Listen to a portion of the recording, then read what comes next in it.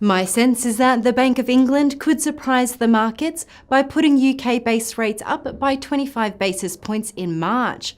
Professor Jeremy Batstone-Carr.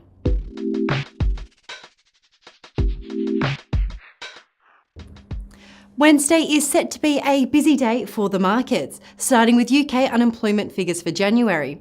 December unemployment numbers remained at an 11-year low of 4.8%. This is expected to continue for January. Jeremy, what are your expectations? My expectation is that the unemployment rate in the United Kingdom will remain extremely low, but I think that rather than looking at 1 month's data, it would be sensible to look at the trend. And the trend in unemployment is slowing. The trend in employment growth is slowing. Yes, the UK economy performed extremely well over the first half of 2016, but indicators suggest that as companies come under pressure to deliver the profits that financial market investors expect, they're going to start, rather than taking on workers, laying them off. So my sense is that this labour market data we're about to see from the United Kingdom could be about as good as it gets. Staying with the UK, we have the Bank of England's March interest rate decision out this week. The market is currently expecting no change. Do you agree? My expectation in relation to the Bank of England and interest rates is that the market is potentially wrong and it is being set up for a surprise.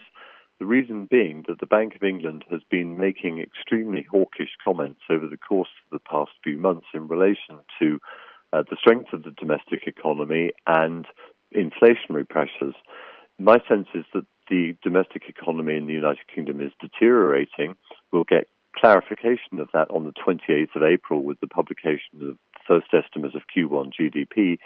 So if the bank is genuinely honest in wishing to take back the quarter-point emergency rate cut from last August, it's almost certainly going to have to do it sooner rather than later. So my sense is that the Bank of England could surprise the markets by putting UK base rates up by 25 basis points in March, because when it next meets, in May in particular, it will be after that Q1 data, and it will probably be too late because the data will signal that the UK economy is slowing very quickly. And on Wednesday, we have the highly anticipated FOMC rate hike decision. The current odds of a March hike are approximately 99%. Do you think a rate hike in this week's meeting is a guarantee? I think the Federal Reserve is almost certainly going to put US interest rates up by another quarter of a percentage point. And importantly, of course, the pace of increases in US interest rates is increasing. We got one rate hike last year, one rate hike at the very end of 2015. Now the financial markets are beginning to build in the expectation that the Federal Reserve is going to put US interest rates up by a quarter of a percentage point each quarter over 2017. And the reason for that, of course, is the apparent strength of the US economy and the even stronger survey data, which reflects the fact that businesses and individuals in the United States anticipate that Donald Trump will deliver on his substantial fiscal expansion program. Now, I'm not entirely convinced that will happen, but the Federal Reserve, mindful of rising inflationary pressures in the US as the labor market tightens, and aware of the possibilities that the US economy could strengthen further over 2017, is set to raise interest rates quite aggressively. And the markets, as you correctly point out, are already expecting this.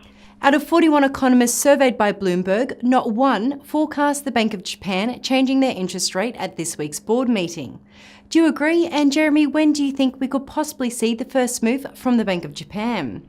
Yes, I do agree. I think that the Bank of Japan is going to hold steady. Indeed, to some extent, the strength of the dollar is supporting the Japanese economy, because the yen has weakened fairly significantly over the course of the past 6 months or so.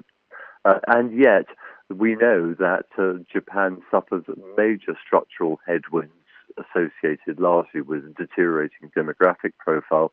And on top of that, it has suffered from cyclical economic weakness as well. So the pressure will remain on the Bank of Japan to maintain its extremely easy position and indeed its yield curve control policy. And yet, I think the Bank of Japan will need more evidence of near-term economic weakness combined with that structural weakness before it takes a decision on how to adjust policy further. Thank you for joining us, Jeremy. That's what to look out for in this week ahead. So be sure to watch out for any market surprises, particularly from the Bank of England. See you soon.